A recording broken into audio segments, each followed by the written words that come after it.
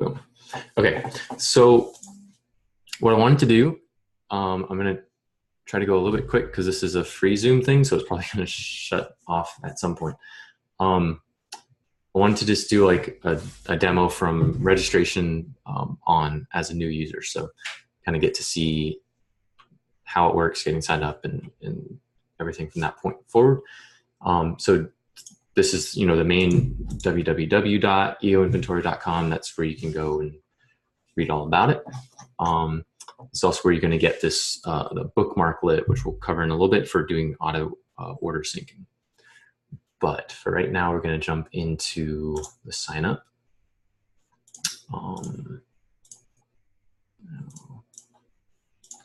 Okay. So so I'm going to sign up just as a test person with a test email address.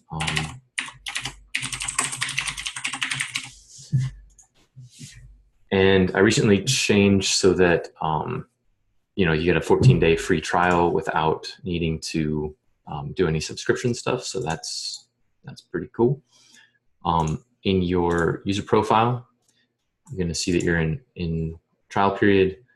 And just to cover this real quick, locations, you can come in and edit any of these. So these are just default ones that get set up, but you could edit or remove, make any one your default, or change the icon. So this is just set up, either within your house, or if you had multiple locations like your home and your office, or between two homes, you can sort of set this up however you want to track things. You have a referral link. This one goes right to the landing page, which is the informational page, and this is the sign up page. Use these to give to your downline, and then if people sign up, register and then go on to actually subscribe, you'll get a free month of access. You'll be able to track that here eventually. The concept of a team is integral to everything. So everything that happens in the app is based off the team. So that if you had multiple people, say yourself and your spouse, or yourself and an assistant, you can have that other person sign up with their own account. And when they come to their profile, they can edit their team and click join an existing team. So you give them this name here, test person, and you could change that to, if you had a business name that you wanted to run it under, you could put that here and then give that to anyone else who's joining, and they can enter that same name here. And what that'll do is the next time that you log in as the first person who created it, you'll see a list of pending team members, and you can approve or deny them. And then when they log in, you'll be on the same page. And there's a note section where related to specific products where, if you enter a note, it'll show up with your name, whoever entered the notes. You can sort of have some communication on the platform, and things are tracked by who did it, but everything's visible at the team level. So that's kind of a neat thing. If you don't have a team, then it'll run as yourself, and that's fine. The default, you can just leave like that. This team sync pin, you're going to need to enter something here. It can be anything, and you're going to need this email and this pin when you go to synchronize your orders, which I'll run through a little bit later. So I'm just going to make it some 5s here. We'll get to that later. So when you start out, you obviously have no inventory, no orders, no contacts, and your reports will not return anything. So that's totally expected. There are 2 ways to get items into your inventory. The first is manually, where you can look them up through this product lookup page, or you can synchronize your order history from the back office into this app, and then choose from those synchronized orders what you want to add to your inventory. So it's sort of a 2-step process for a reason, and we'll cover it in a second. So let's let's actually do that. So this EO inventory bookmarklet, go here, and this is on the main site. All you have to do is drag this bottle to your browser's bookmark panel to begin. So if you're on, I use Chrome, and you can go to bookmarks and then show bookmarks bar, if that's there or not. So it needs to be showing. And the same thing on Internet Explorer and Safari and Firefox. They all have some way to show either your favorites or your bookmarks bar. And then you want to take this icon, this image, and you just drag it up to that bar. And when you release, it'll say sync orders. So this is now, looks like a, like a link, but it doesn't go to a page. It's going to do some action on the current page, whatever current page you're on. So it's designed to work in the back office where it doesn't need your login information or anything like that. You'll already be signed in, and then it's just going to have access to your orders that are right there. So let's go to back office. So here's my order history. I'm in the US, so this is the new order tracking. Right now, it almost works for the old system in the other back office, where you can view orders for yourself and your downline. I'm testing with someone in Australia right now where there's some formatting issues that are different. I think it probably works in Canada, but it's just a little tricky because they're all, each region has a little bit different formatting. So you need to account for that. But what you'll do in either case is you'll get so that on your order history, you'll want to show whatever you want to synchronize. So I'm going to say from, January 1st, 2018 through today. That's just going to show those orders. And then when I click sync orders, both here and in the other one, it adds a button to the page. So this sync orders to EO inventory button just got added. So the next step, you click that when you have whatever you want showing. And then it prompts for your team email. So we had test1234@gmail.com, and that pin. And now it says processing order 1 of 6, and it'll step through 2, 3, 4, 5, 6, and it'll add check marks to the page here as they synchronize. So what it's doing is it's just getting the pretty much the invoice details and pushing it over to a server that is adding it to your inventory. Of course, it seems not to be working right now. I've been making a lot of little tweaks to it lately to work with the other system, and wouldn't you know, probably gonna have a problem because that's the way things work. Okay. Well, we can do it manually right now. 3:22 p.m. Okay, yeah, there's a bug. All right, so what that would normally do, and I'll sign into my account so you can see what the synchronized orders look like. So let me flip over to my other account, and then you can see under my orders. So this is what we come across, is you'll have one block for each order that got synchronized. And so this one here, okay, is showing synchronized, and nothing's been added to the inventory. So this is that two-step process. So one is just to make sure that the orders that show up here are up to date with what's in the back office. And then from there, you can choose what you want to actually track in inventory. If you synchronized an order, mistakenly, or say this is an order that you synced and then you realized you were actually going to return it, before you've added anything, you can delete the order and then just feel like it never happened. But as soon as you add something to inventory, then it kind of gets tangled up, so you can't delete an order at that point.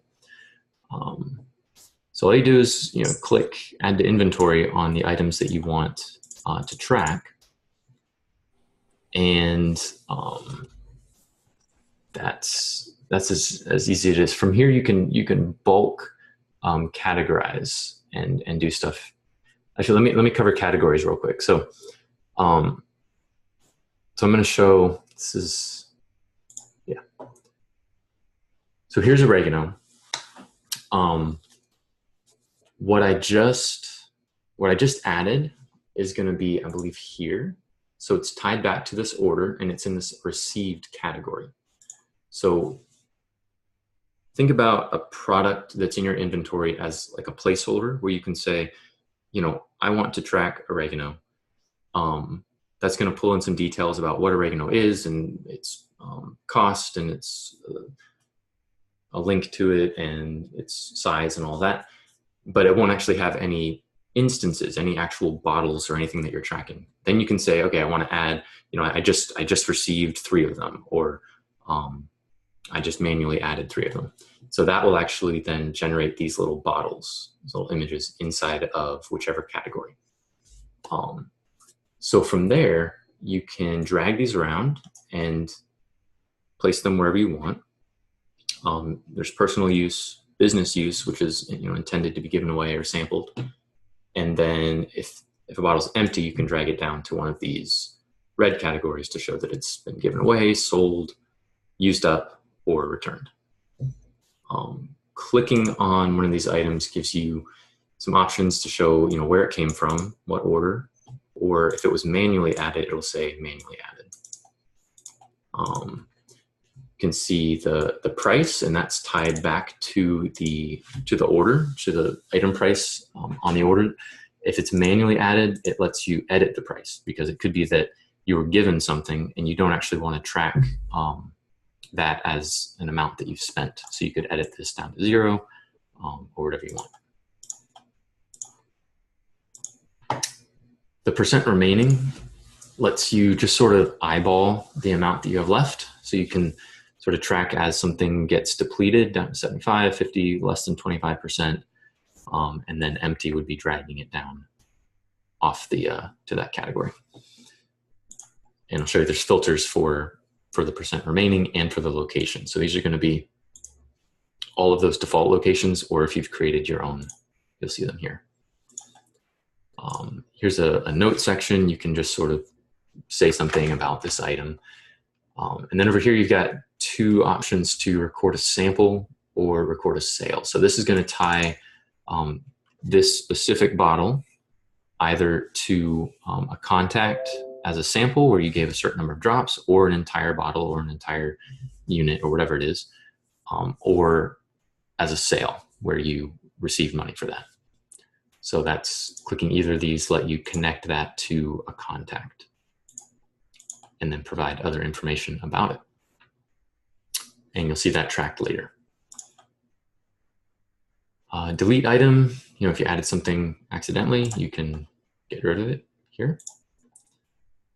And that's about it for managing an instance of an item. So if I go back to the orders, you'll see the one that I was just playing with. Where is it? Oregano. Yeah. It was this one. Okay. So here's what I just added. And now we see that this oregano is in personal because I dragged it over manually. I could also have bulk edited here. So if I ordered and I want to put everything from this order is business use, and I don't want to have to go view each of these items and move it over to business, I can select all of those and then set a location or a category. So I'll say business in stock, and that updates all those. So if I went back to this oregano now, I would see it's moved from here. It's no longer in the personal bucket. It would be one of these ones, this 75%, I think, yeah.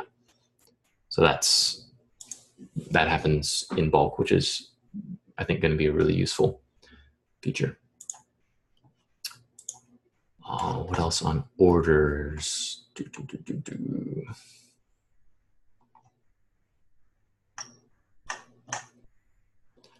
I think that's probably it for orders.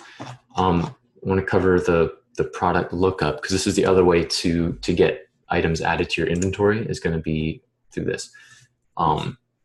This actually used to be a standalone thing that I built and added it here. It's super useful. If you say you have a certain PV volume that you're trying to hit for a free, product or something, and you have just a gap that, or to hit, or to get a bonus, right, where you need a certain amount of volume. If you show advanced, you can search by specific PV ranges. So this is something that you can't do otherwise. So I could say, I want to see something that's between 25 and 30 PV. And I only want to see items that are 1-to-1 ratio between PV and wholesale price. So that's not going to include anything that's where these columns are different. So like this is then my selection. So I might see something on here that I wouldn't normally order, because I know that if I have that, certain range there, I'm always, my go-to is going to be whatever. I'm going to order the same thing. So this lets you kind of branch out and maybe find something else that might land you exactly at the volume you want to be, and try something new. So that's kind of fun. Same idea here with the add to inventory. Again, whenever you see that button, clicking it. So now coriander is in my inventory. So if I went to inventory and I looked up coriander, I'll see, 0 received, 0 personal, 0 business. I can manage, it's there, the details are there, but I haven't assigned anything to it, right? So back from product lookup or from that page, let me show you.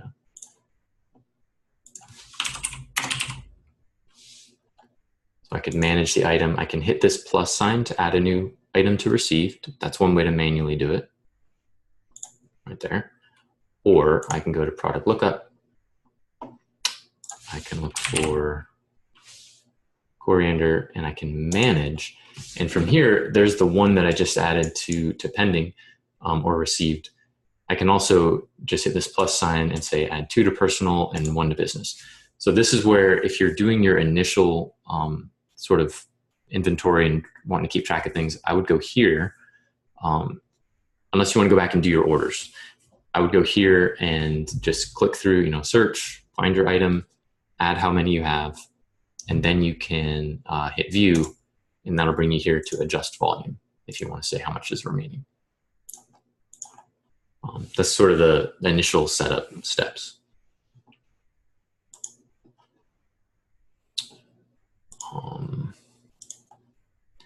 You see, clicking any of these links will bring you to the doterra.com page about it.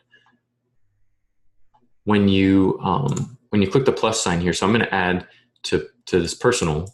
If I hit plus, the category that it adds it to is whatever's listed up here in the top right. So add new inventory to Nate Ash. It's the default. So I'll switch it to closet. So now if I hit plus on personal for this toothpaste and I view it, if I look at that, it's assigned to the closet location. So if you're going to be going through here and manually clicking these plus signs to assign your instances of your product to each group, make sure that you change this location at the top before you hit your plus. That might be a little gotcha there. Let's see. Covered profile, covered orders, inventory, product lookup.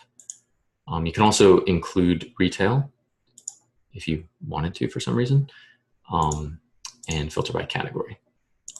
So take a look at that.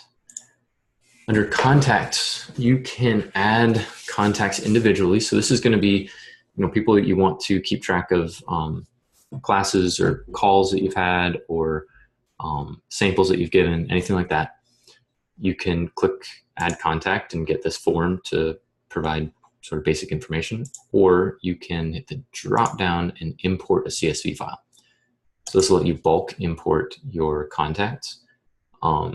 It requires the following headings, but you can click here to download a sample file, and that'll give you this, this CSV file that you can open in Excel, and then you can just, it gives you one sample row, and then you can fill out your contact information here, save it, and then import it here. And it will add all those people to your list. Let's view a contact. So here's, the basic contact details again, which you can edit. This is contact history. So you can add, again, a sample, a note about the person, information about a meeting, a class, phone call, or email.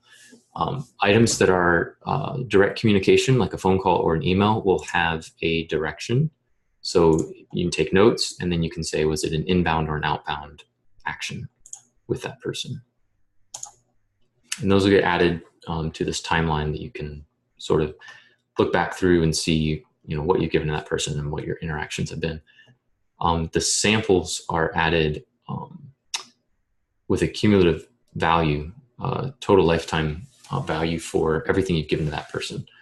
So it calculates like a per drop cost if you're sampling drops, or per item if you get the whole thing. Again, I can add a sample. So from this direction, if I'm looking at a contact and I want to add a sample, then it asks me to pick the product that I sampled. So you can pick it and then select the instance of the item that you sampled from.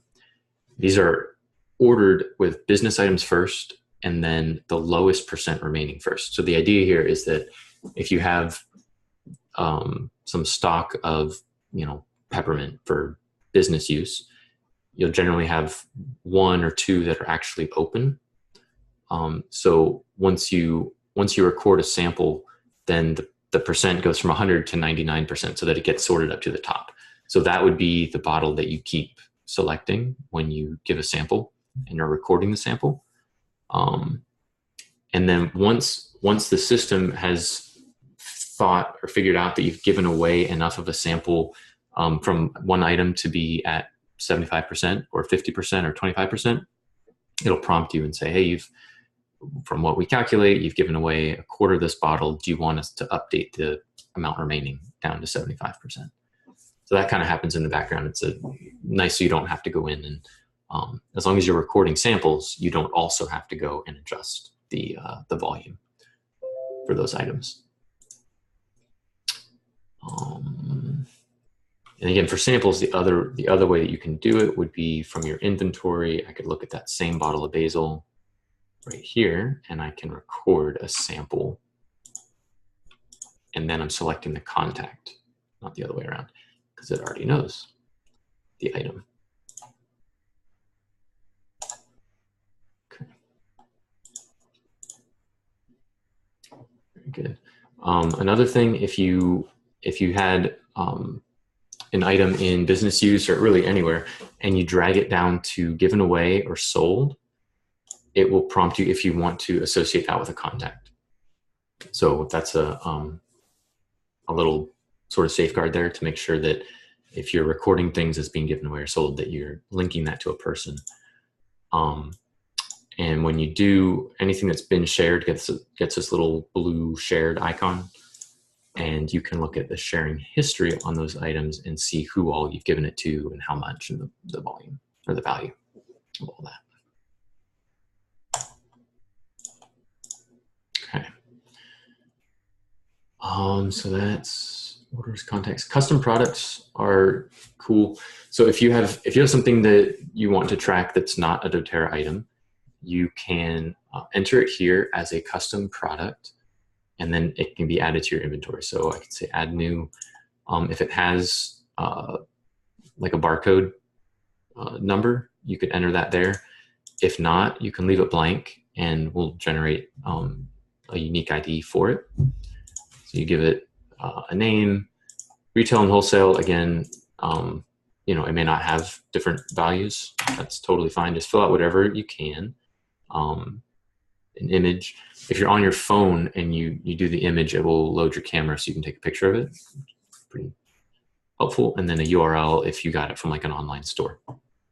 When you save that, it'll show up here as a custom product that you can, add to inventory and then manage just like normal. You can also edit if you want to go back and update anything. And this share button lets you take a custom product that you've added, right? It's unique just to your team when you add it. But if you share it, I get a notification and I can go in and approve it if it's appropriate. And then it becomes available to everybody. So that's kind of a neat way we can crowdsource some of the items that are unique to specific markets can have been added that way, which is really nice. And then stuff from other common items like vials and roller bottles and stuff like that can be added that way too. So appreciate anyone sharing their custom products. That's a nice thing to do. Under my reports, that would be the last thing here. After you have started building up your inventory and marking what you've given away, and you can come in here. This still needs some work. And this is not intended to be like super complicated accounting. This is just a more basic overview. But I can run a report for whatever date range I want. And what I'm going to see is just total volume of what's categorized as personal, business, and uncategorized. And then right now within business, I can click and see what was given away versus what's still in stock. So I'd say, I have $68 of stuff that I've earmarked for business. I put it in that category, but I've not given it away or sold it. And I've given away or sold this $10 in this account. Go back. So I can think of some ways to make this reporting a little bit better, but for right now, it gives you an idea. I'd like to be able to, if you click on uncategorized, have it show you, drill into the actual items that are behind this and let you go out and, for instance, find all of the things that are uncategorized and categorize them in one place. So that's something that I do want to build in, but right now it's not there. I think the last thing I wanted to show is, I just added this today. So you can change the view on your inventory between a table view, which I really like, probably the best right now, or a grid view where you see everything with images, and clicking on any one of them will expand its details, like this. Or you can view a list where you see all the details in the image, and it takes up more space, but you get all the detail in one view. As far as the table view goes, you can sort these columns, which is nice. And on any of the views, you can filter by percent remaining or location. So where this is really useful, if you're adjusting your percent remaining, you can come in here and say, show me everything with less than 25% remaining. So these are bottles that are almost empty. All right, so what we see is, in personal, 1 out of 1 in this category is less than 25%.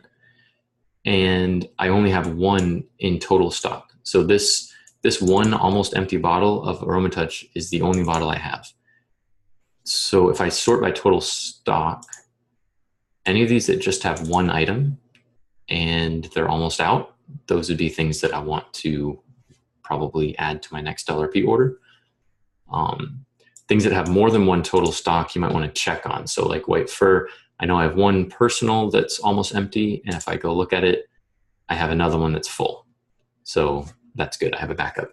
It might be that the other one, say it was like this, business use. Go back here. White fur has 1 out of 1 in this category, but there's 2 total. So I'd want to look like, where's the other one?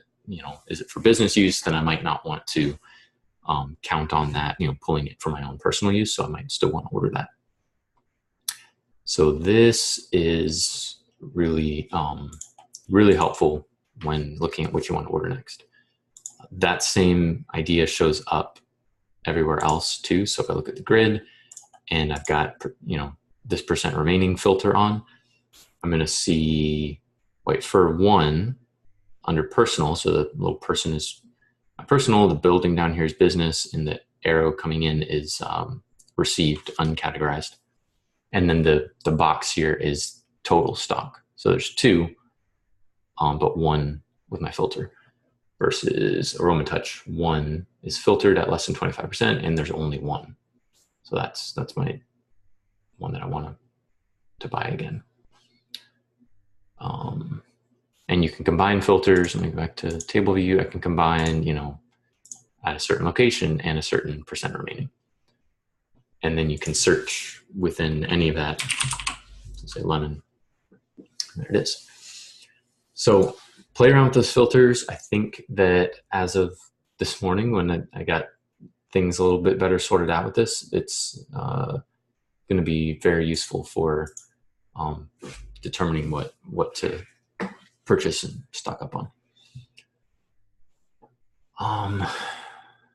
Okay. I think that's about all there is to it right now.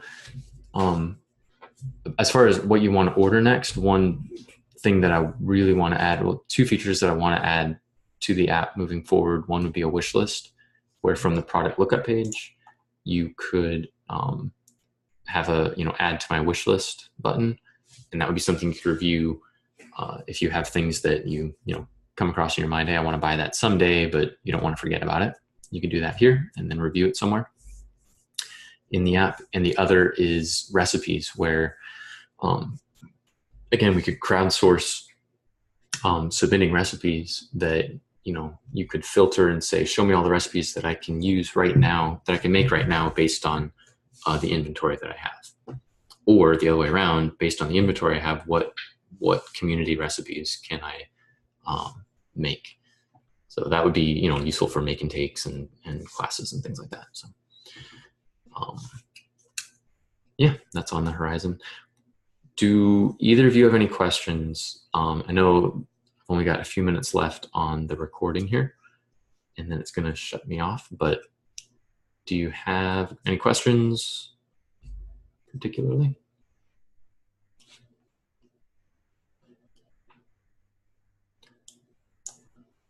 I'm going to take that as a no.